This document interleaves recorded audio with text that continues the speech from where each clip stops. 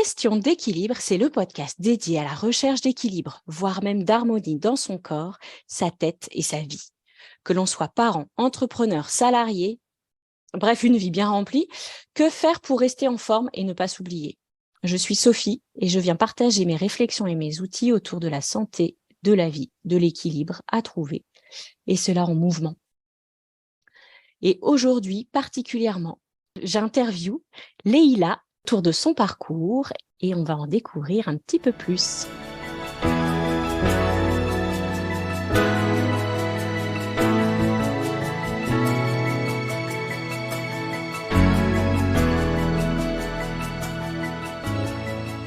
Je suis ravie de t'accueillir, Leïla, dans ce podcast.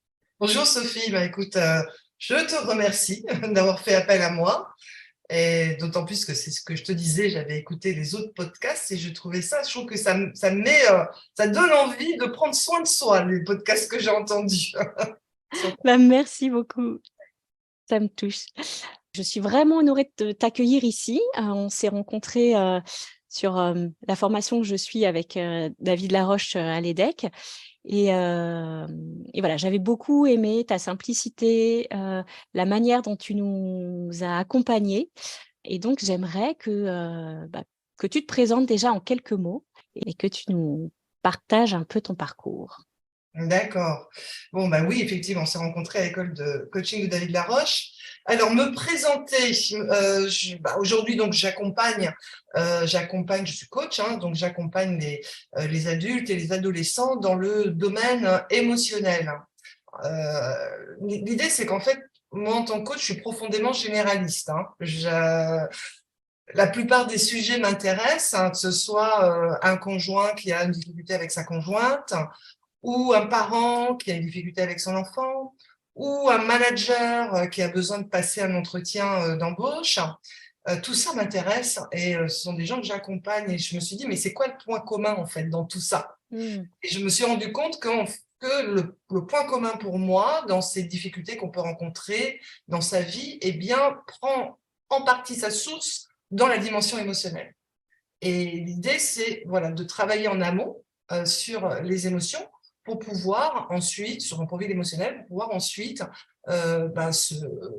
avancer sur une difficulté, une problématique que l'on rencontre, qui est souvent d'ordre relationnel. Voilà, donc c'est comme ça que j'ai envie de me présenter. Et avant de rentrer dans le développement, le développement personnel, j'ai découvert ça très très tôt, quand j'avais à peu près 20 ans.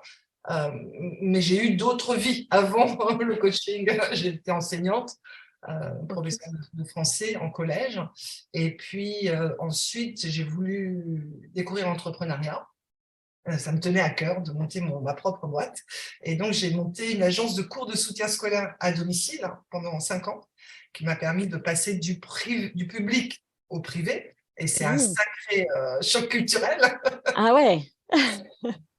Et cette expérience d'entrepreneuriat m'a poussée ensuite à approfondir le développement personnel. Ok.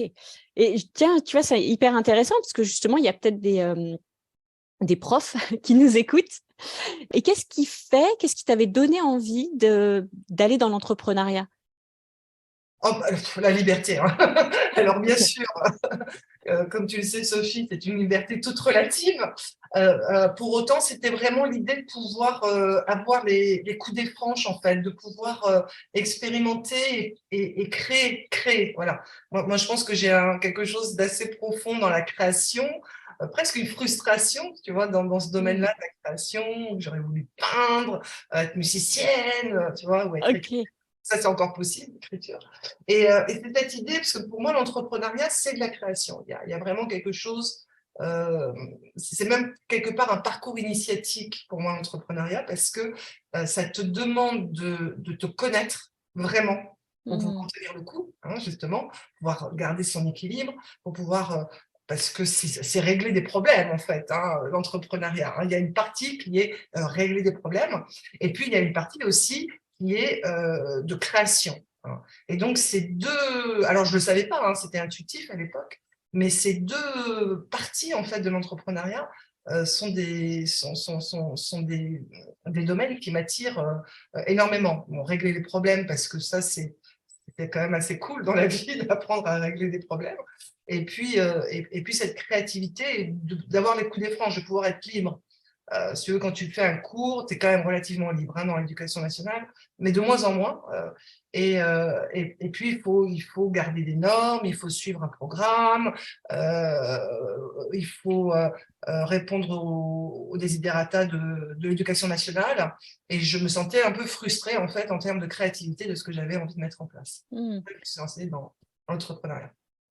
Ok, et comment tu as fait justement à ce moment-là pour faire la jonction et pour garder un certain équilibre? Parce que tu avais, je ne sais pas quel âge tu avais, et tu m'as dit que tu avais une fille, donc je ne sais pas quel âge elle avait aussi à ce moment-là, parce que c'est effectivement pas évident de créer une entreprise.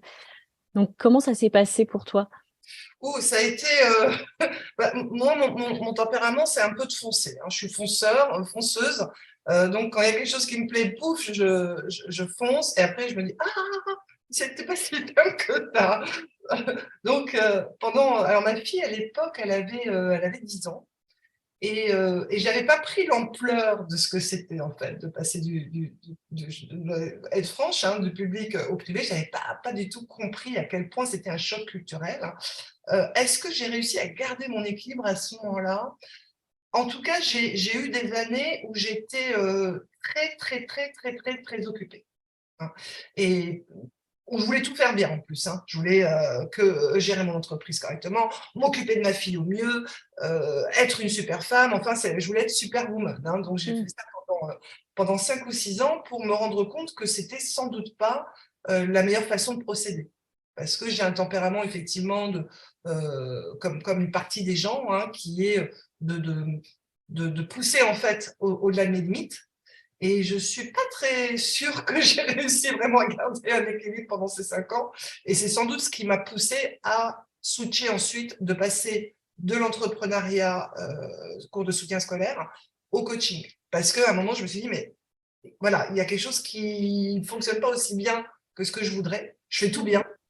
Et pourtant, je ne me sens pas très satisfaite, ni heureuse, ni comblée. Alors, je fais un métier. Ok, et justement, c'était ça ma question. C'est quoi ce truc? C'est quoi cette douleur, entre guillemets, justement, que tu as ressenti et qui t'a fait switcher et te dire, oh là, il y a un truc qui ne va pas. Si je continue, je vais finir dans le mur, quoi. C'est ma fille. C'est ma fille Ok. qui m'a fait prendre une sacrée prise de conscience. Elle est partie en Écosse quand elle était en troisième. Elle a fait un trimestre dans une pension écossaise. Et quand elle est revenue, elle me dit, en fait, je veux plus vivre avec toi.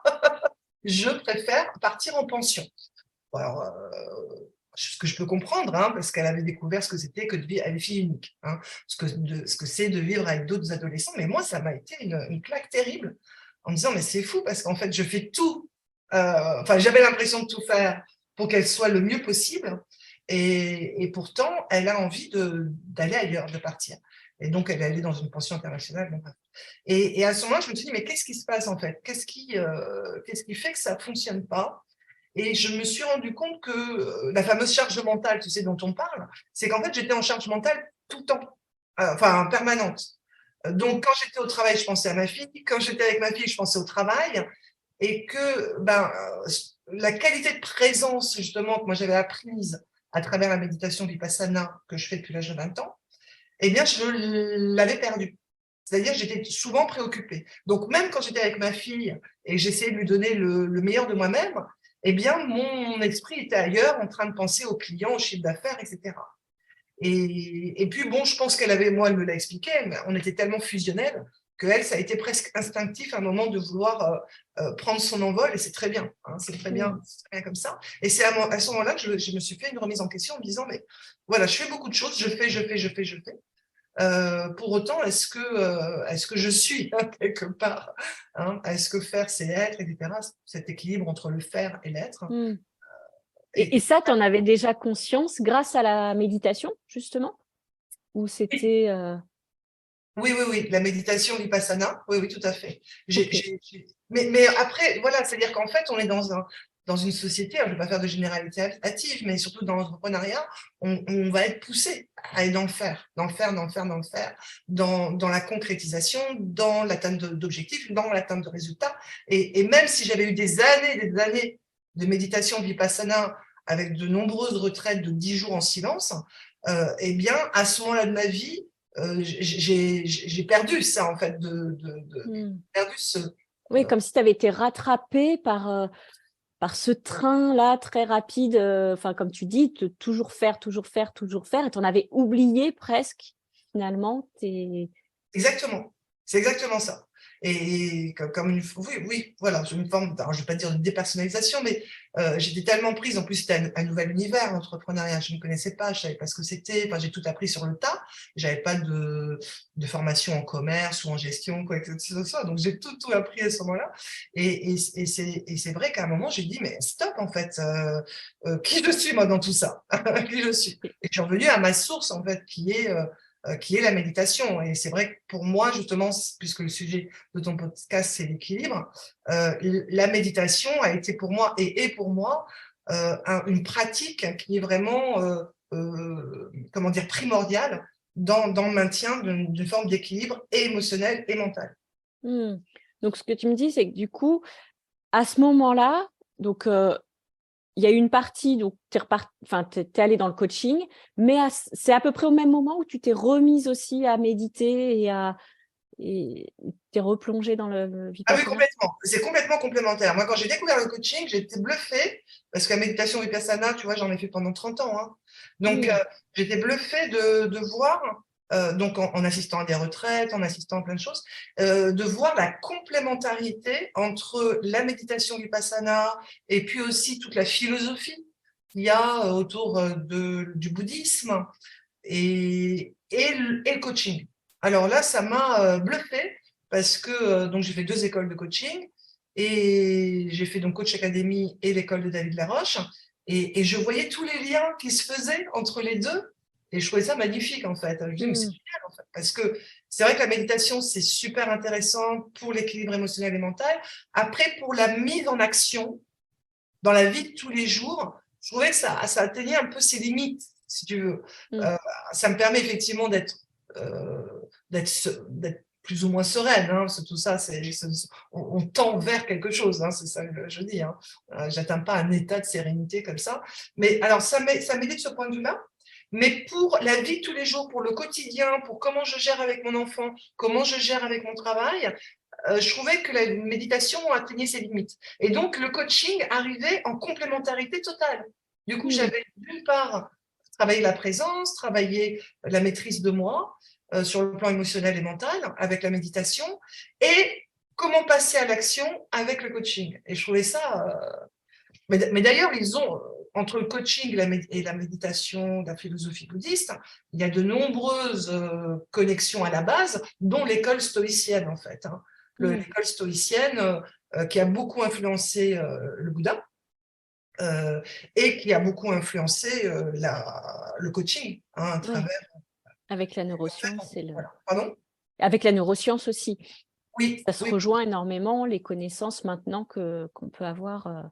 En plus, oui, complètement. En plus, oui, les neurosciences viennent donner un nouvel éclairage à la méditation et donner en plus une légitimité scientifique dans son efficacité. Et les neurosciences, effectivement, donnent aussi une légitimité dans le coaching, hein, parce que tout ça, c'est tout autour de notre perception. On travaille sur la perception. Ok, ouais. Et justement, quand tu dis que finalement, le coaching t'a permis de pouvoir être plus dans l'action et dans cet équilibre, finalement, dans l'action, parce que tu me disais que la méditation, c'était l'équilibre émotionnel et mental. Donc, le coaching plus l'équilibre dans l'action. Et c'était, on va dire, s'il y avait un truc, le truc important, ou en tout cas, le truc qui, toi, ta pépite, ce qui t'a permis de l'appliquer dans ta vie, ce serait quoi? Ce qui m'a permis d'appliquer… L'équilibre dans le faire. l'équilibre dans le faire. Ah, ça, c'est beau, ça. Alors, la pépite, là, pour moi, c'est une question un peu difficile parce que je m'interrogeais justement par rapport à cette podcast aujourd'hui, de me dire, en fait, c'est quoi l'équilibre? Enfin, tu vois, j'ai envie d'être assez scolaire et de me dire, mais en fait, qu'est-ce que c'est l'équilibre? Et tu vois, j'ai regardé la définition et on se rend compte que, alors, tu vois, ils disent la définition, c'est juste proportion entre des choses opposées, état de stabilité ou d'harmonie qui en résulte. Et en fait, il y a une idée assez classique, tu sais, l'harmonie, c'est l'harmonie en architecture, ça va être des choses qui se ressemblent, c'est-à-dire la partie droite va être comme la partie gauche d'un immeuble, par exemple. D'accord? Voilà, c'est ça, cette idée d'harmonie un peu classique où les choses sont semblables, similaires. Donc, ça voudrait dire que, par exemple, je devrais être équilibrée dans mon temps personnel autant que dans mon temps professionnel. Et ça, c'est quelque chose que je remets un petit peu en question, et d'ailleurs d'autres auteurs aussi, et parce que dans la vie, ça ne fonctionne pas comme ça, en fait. Et j'entendais d'ailleurs dans un de tes podcasts, finalement, je ne sais plus si c'était Grégory ou un des deux qui disait l'équilibre, c'est trouver l'équilibre dans le déséquilibre. Hein. Et c'est ça qui est le plus important. Donc, pour moi, parce qu'il y a des gens qui vont trouver un équilibre en ayant, par exemple, 90% de pro et 10% de perso, et ça va être leur équilibre. Après, il faut se demander si c'est l'équilibre des gens qui les entourent. Ça va être une autre question. Hein. Et puis d'autres où ça va être 40% de pro et 60% de perso. Donc, tu vois, quand je me suis intéressée à cette histoire d'équilibre, pour moi, c'était très important que ce ne soit pas normatif. Moi, je déteste, j'ai un gros problème avec la norme. Parce qu'on est vraiment chacun différent. Chacun, on a notre histoire, on a notre psychologie, on a notre expérience de vie. Et l'équilibre, il y a quelque chose, je trouve, quelque part de normatif. Tu vois, surtout dans ce qui traverse les réseaux sociaux. Il faudrait qu'on se lève le matin, il faudrait faire du miracle morning, il faudrait manger correctement, il faudrait que ce soit notre vie de famille qui soit équilibrée avec notre vie pro. Et en fait, c'est juste rentrer dans une autre norme, quelque part, toutes ces injonctions que l'on peut lire. Et donc, l'idée, c'est ma norme, mon équilibre à moi, qu'est-ce que c'est? Donc, pour répondre à ta question, malgré cette longue digression, c'est pour moi l'équilibre, c'est me donner la possibilité de faire ce qui est important pour moi. Donc, c'est déjà repérer qu'est-ce qui est important pour moi. Hein, et ça, en coaching, on sait que c'est quelque chose. Qu'est-ce qui est important pour moi? Moi, j'ai des clients qui ont un job qui ne les satisfont pas plus que ça. Ce n'est pas le job de leur rêve. Parce que, tu sais, il y a un peu une injonction aussi de faire le job de ses rêves, le job passion. Mais je t'assure que ma fille, par exemple, à un moment, elle m'a dit, je préférais que tu me dises ce que je dois faire comme étude plutôt que de choisir.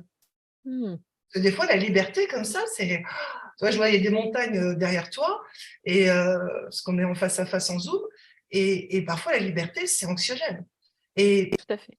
Et donc, j'ai des clients pour qui leur job, c'est pas la passion, et qui ont un super équilibre de vie parce qu'ils savent que pour eux, ce qui est important, c'est leur famille.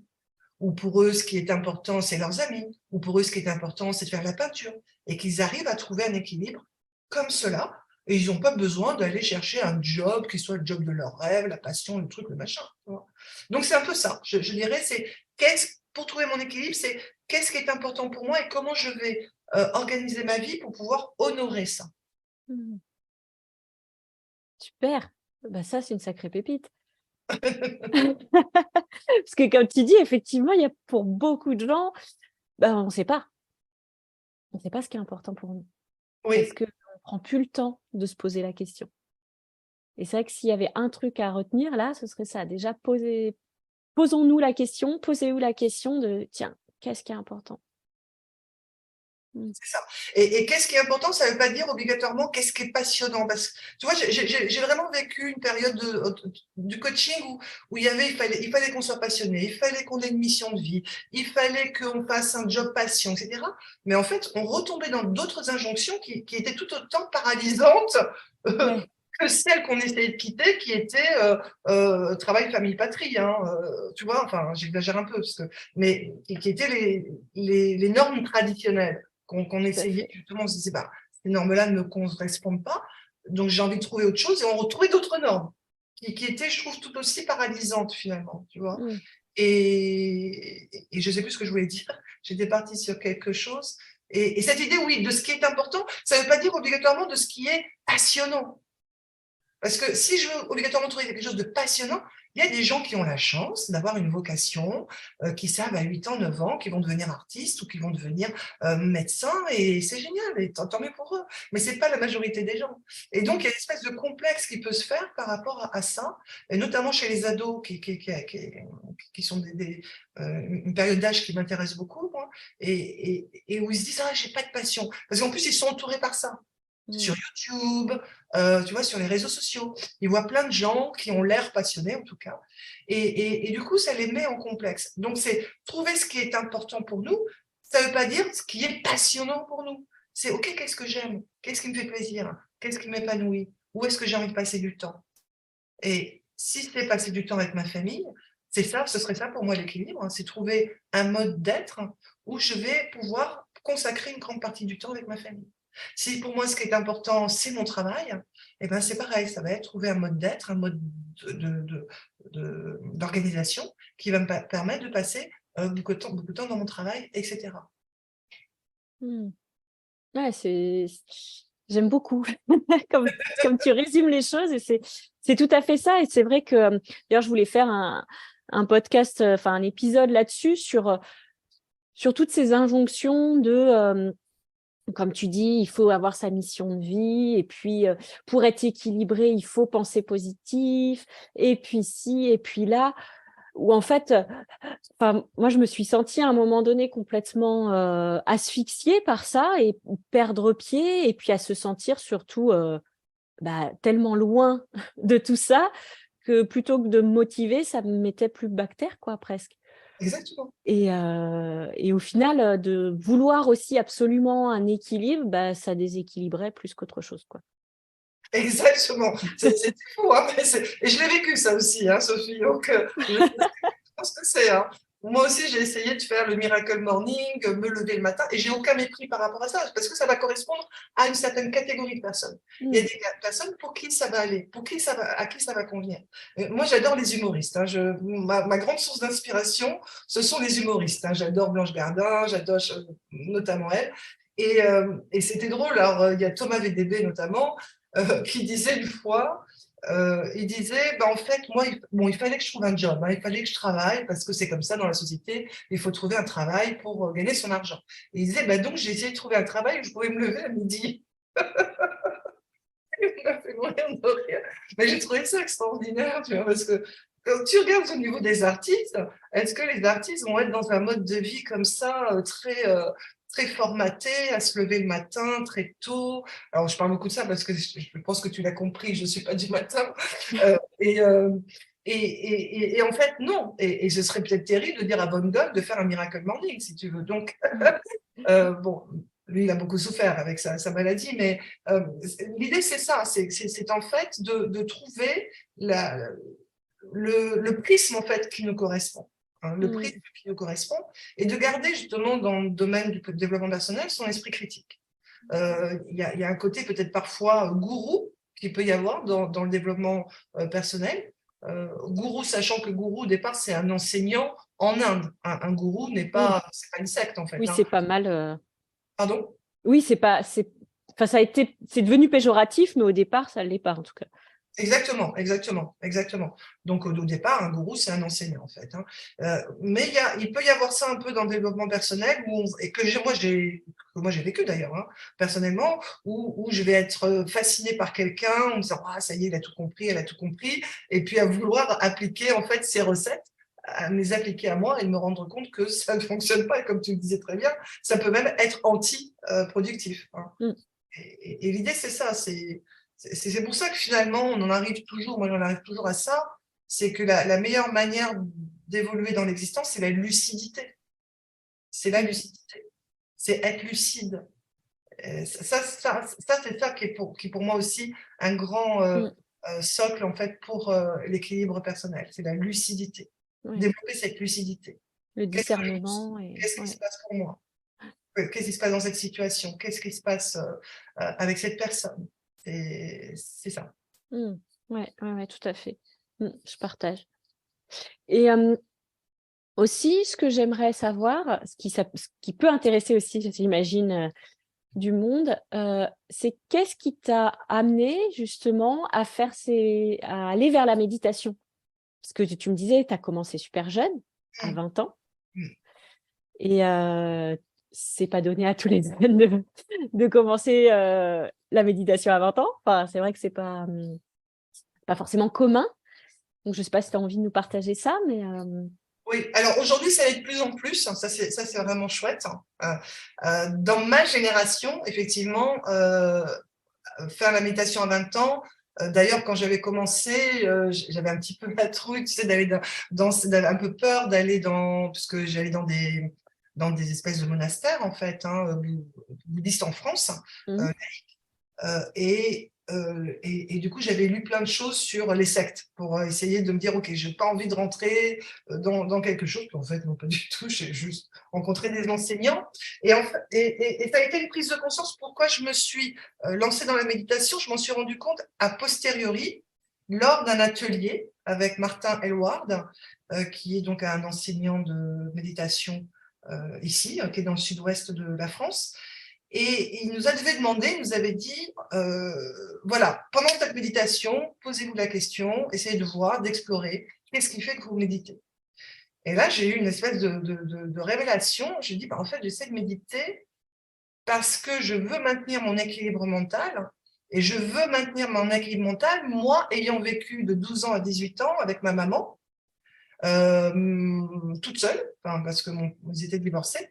Et, et ma maman a été diagnostiquée ensuite avec une psychose paranoïaque. Et donc, j'ai vécu pendant cette période-là, de 12 ans à 18 ans, avec une personne donc, qui avait des gros troubles, en fait, des gros troubles comportementaux, des troubles émotionnels, dont je parlais à mon père, mais mon père me disait oui, mais c'est comme ça, c'est ta mère, etc. Et ben, en fait, c'était un peu plus que c'est ta mère, en fait, c'était un peu plus grave que ça. Et je pense que c'est la raison principale qui fait que l'équilibre émotionnel et mental a toujours été un sujet dans mon existence. Je me suis rendu compte, alors je ne suis pas du tout psychiatre, hein, donc je ne peux pas expliquer ce que c'est qu'une psychose. Pour autant, je me suis rendu compte que l'équilibre émotionnel et mental, ce sont des choses qui ont besoin, la plupart du temps, d'être travaillées. Ce n'est pas quelque chose qui vient naturellement. Alors, pour certaines personnes, oui, ça va l'être. Mais pour la plupart d'entre nous, ça demande un exercice. Hein, c'est bien pour ça qu'on a eu la philosophie, qu'on a eu les stoïciens, qu'on a eu, etc. C'est pas pour rien que tout ça a été mis en place. C'est mmh. parce qu'effectivement, ce n'est pas quelque chose, je pense que c'est pas quelque chose qui nous est donné d'être dans un équilibre émotionnel, dans un équilibre mental. C'est quelque chose qui a besoin, c'est un état d'être, qui a besoin d'être exploré et qui a besoin d'être alimenté, en fait, exercé. Et donc, exercer à travers la méditation, c'est un outil qui est exceptionnel Mmh. pour justement explorer son esprit, la manière dont on fonctionne, la manière dont on réfléchit, dont on pense, et pouvoir déconnecter certains schémas. Mmh.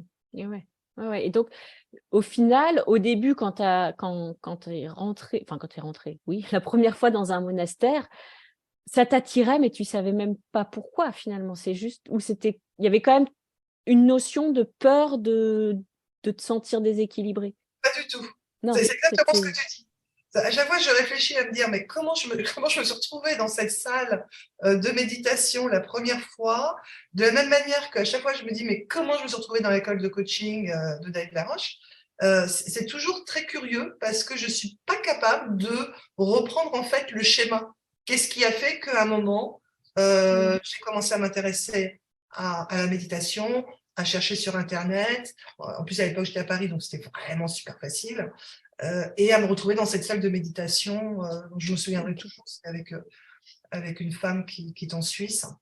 Et c'était ma première séance de méditation avec elle. Et c'était à la cité universitaire à Paris. Et je sors de là, je dis, mais, je dis, mais c'est extraordinaire. Je ne sais pas pourquoi j'avais senti quelque chose de tellement puissant, tellement fort, tellement apaisant et en même temps très créatif aussi. Il y a beaucoup de créativité dans la méditation. Et elle faisait en fait une retraite. Elle faisait un mois après une retraite en Suisse de 10 jours en silence. Et donc, je suis allée la voir et je lui ai dit, je veux venir à ta retraite. Elle me dit non, non. Elle me dit, tu débutes, Donc, tu ne peux pas venir à une retraite de 10 jours en silence. Il faut que tu aies déjà pratiqué et tout. Et je l'ai tellement embêté que finalement, j'y ai été et j'ai adoré. Et j'ai adoré. Ah, Vraiment, ouais. ouais. Tu as écouté ton cœur, quoi. Oui, j'ai écouté mon cœur. Et donc j'ai découvert a posteriori ce lien entre la maladie mentale de ma mère et le fait que je me sois intéressée assez tôt à la psychologie, au développement personnel, à la méditation, etc. Alors que peut-être de l'extérieur, tu vois, ça peut être évident, mais moi, de l'intérieur, je n'avais pas obligatoirement fait. Ouais, tu n'avais pas percuté, entre guillemets. Ouais. Ok, c'est top. Mais comme quoi, finalement, même quand on n'en a pas conscience, l'équilibre, il se fait aussi avec l'extérieur, entre Oui, guillemets. C'est-à-dire que bah, toi, il y avait eu besoin de compenser peut-être ce truc d'instabilité que tu as pu avoir pendant toute ton adolescence. Et hop, inconsciemment, tu as été attiré par une stabilité, en tout cas une recherche de stabilité, et ça s'est présenté à toi. Mais ouais, c'est assez beau ce que tu dis. J'aime bien cette idée que effectivement on est poussé quelque part. C'était quoi la phrase de. Enfin, on est poussé en tout cas. C'est comme si la vie, c'est comme une croyance, hein, mais c'est comme si la vie en fait va aller nous pousser pour aller vers le meilleur de soi. C'est ça que j'entends dans ce que tu dis en fait. Consciemment ou inconsciemment, on va être poussé quelque part vers les personnes, vers les activités qui sont censées nous pousser, enfin nous aider en fait à nous épanouir. Après, il ouais, faut garder toujours, c'est ce que je te disais tout à l'heure, une forme de lucidité bien par sûr. rapport à tout ce qu'on fait, pour savoir où est-ce qu'on met les pieds, avec qui on est, parce que surtout dans le domaine de développement personnel, il y a beaucoup de monde. Donc c'est important de développer son esprit critique et pour trouver l'endroit qui nous correspond. Mm. Ouais, tout à fait, tout à fait. Les dérives peuvent vite exister quand même, Oui, malgré tout.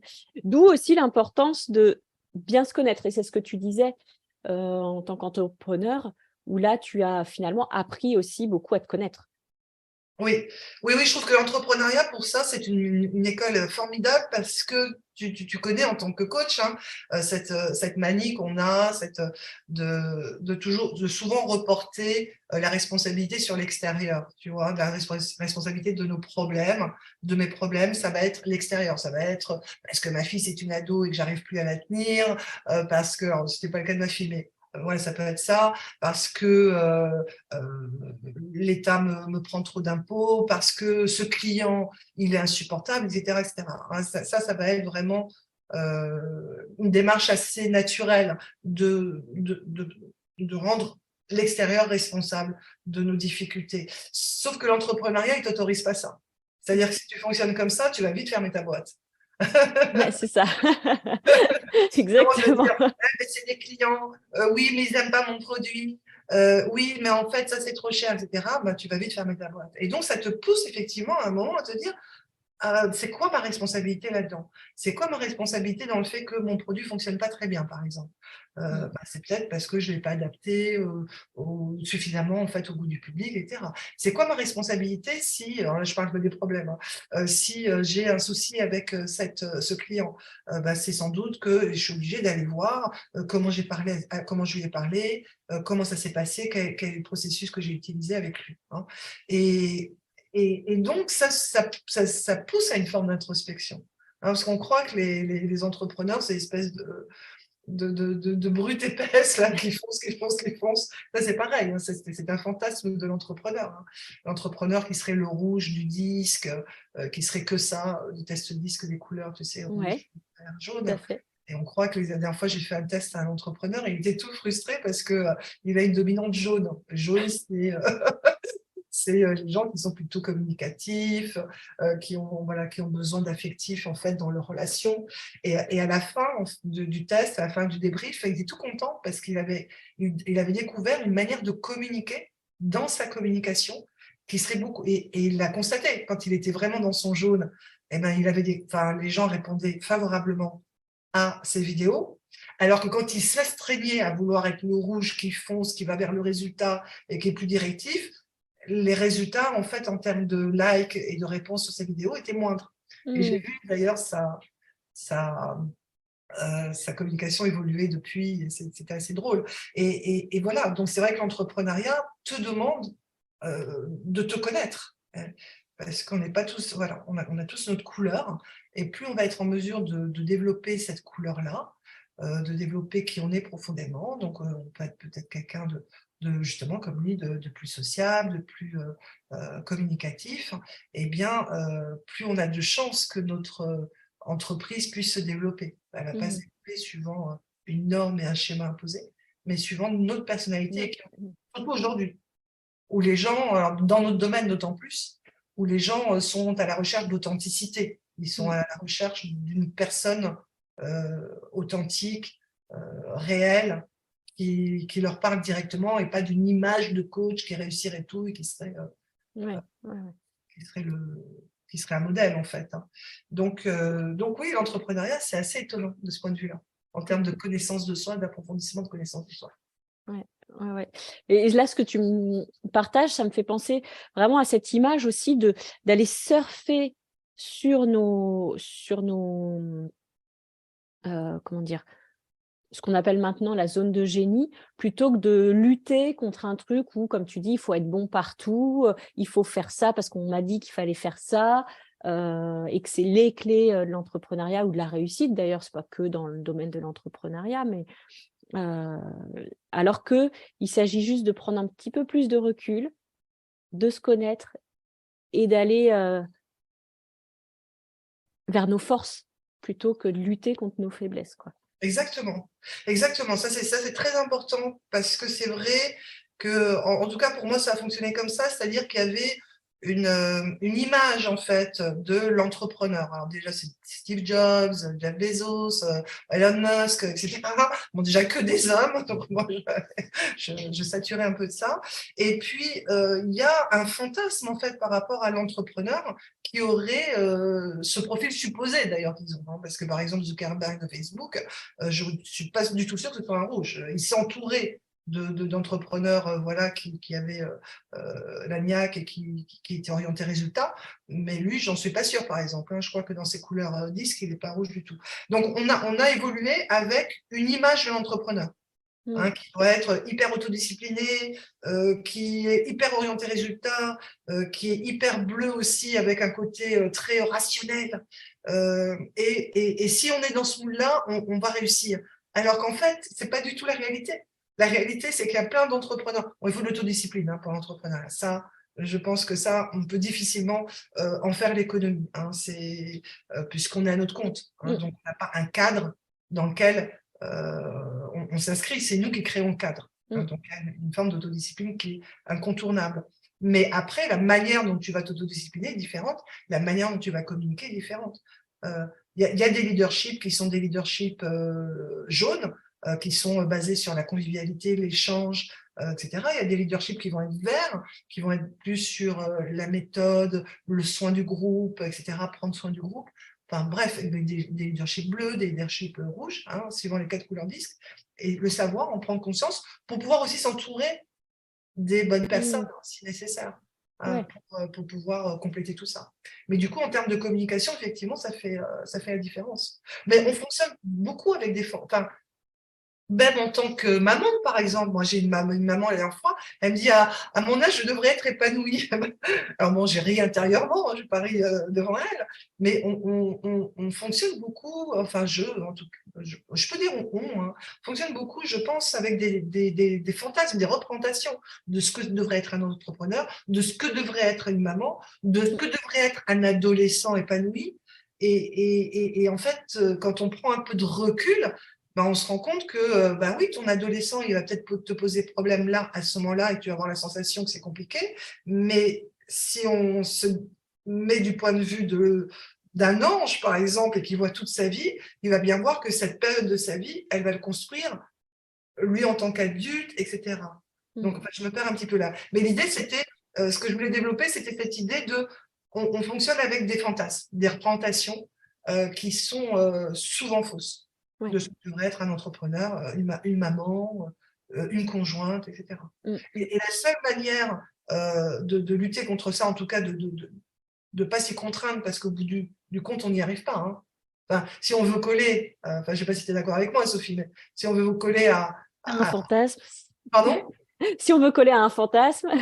Voilà, on risque d'échouer. Donc, en fait, là, de nouveau, on revient là à la connaissance de soi et à la lucidité. Oui, tout à fait. Et c'est vrai que, pareil, dans cette notion d'équilibre, quelque part, c'est ce qu'on disait, c'est que finalement, à vouloir courir derrière un fantasme, c'est le meilleur moyen d'être dépressif.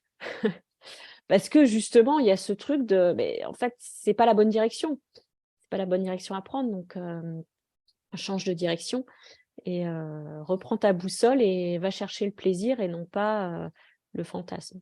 Exactement. C'est toujours à chaque fois, moi je vois bien, hein, moi je suis quelqu'un de très émotionnel, enfin d'émotionnel, et je vois bien que dès que je commence à me dire, et si ça s'était passé comme ça, déjà, tu sais, à pas être dans l'accueil en fait de mon histoire, et si ça s'était passé comme ça, ou à être dans la comparaison avec d'autres personnes en me disant, ouais, mais tu vois, elle fait mieux, elle fait machin, elle fait bidule, etc. Comme tu dis, c'est la dépression assurée. Enfin, la dépression.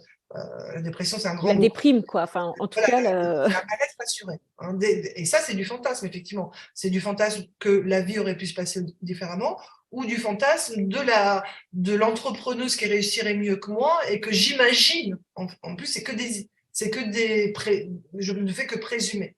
Donc, c'est vrai que le premier pas vers le bien-être, c'est de voir qui je suis réellement et de l'accueillir. Alors, ça m'énerve un peu ce terme-là, parce qu'on on le dit à toutes les sauces, mais qui je suis et comment je peux m'aimer. Comment je peux m'aimer. Parce que tu vois, la dernière fois, je réfléchissais sur la procrastination et je me disais, mais quand je procrastine, donc il y a plein de choses qui ont été dites sur la procrastination, mais il y a cette chose-là où je me suis dit, souvent, quand je procrastine, c'est que je suis en désamour de moi-même. Je ne m'aime plus quand je procrastine, en fait. mmh. Tu vois. Parce que je suis plus capable de faire ce qui serait bon pour moi. Quand je suis plus capable de faire ce qui serait bon pour moi, et là on rejoint l'idée de l'équilibre, c'est qu'il y a ce moment-là où je ne m'aime plus. Je ne m'aime plus suffisamment pour faire ce qui est bon pour moi. Donc ça va être important que je revienne à ça, à cet amour de soi, c'est vraiment la base de tout, de voir comment je peux faire pour me réconcilier avec moi-même, comment je peux faire pour voilà, faire cette action, je dis n'importe quoi, m'organiser, là, je me suis réorganisée dans mon appartement, ben, pour me dire, waouh, mais ça va être génial quand tu seras réorganisé, ça va être fluide pour toi, tu vas pouvoir t'organiser différemment, ça va être plus rapide, etc. Et pas se dire, oh là là, il faut que je me réorganise, j'ai pas envie. Donc, si j'ai pas envie, euh, dans la procrastination, on le sait, hein, c'est des fois parce que je suis pas au bon endroit, que je suis en train de faire quelque chose que je n'ai pas envie de faire. Mais il y a cette idée-là, si c'est quelque chose que j'ai vraiment envie de faire, etc., que j'arrive pas à faire, de me demander où est-ce que j'en suis par rapport à mon amour de moi. Ouais, ça aussi, c'est une belle pépite. C'est une belle question à se poser, en tout cas. Et ouais, je trouve que c'est hyper intéressant que nous tous, on se repose aussi cette question-là, de se rappeler ça.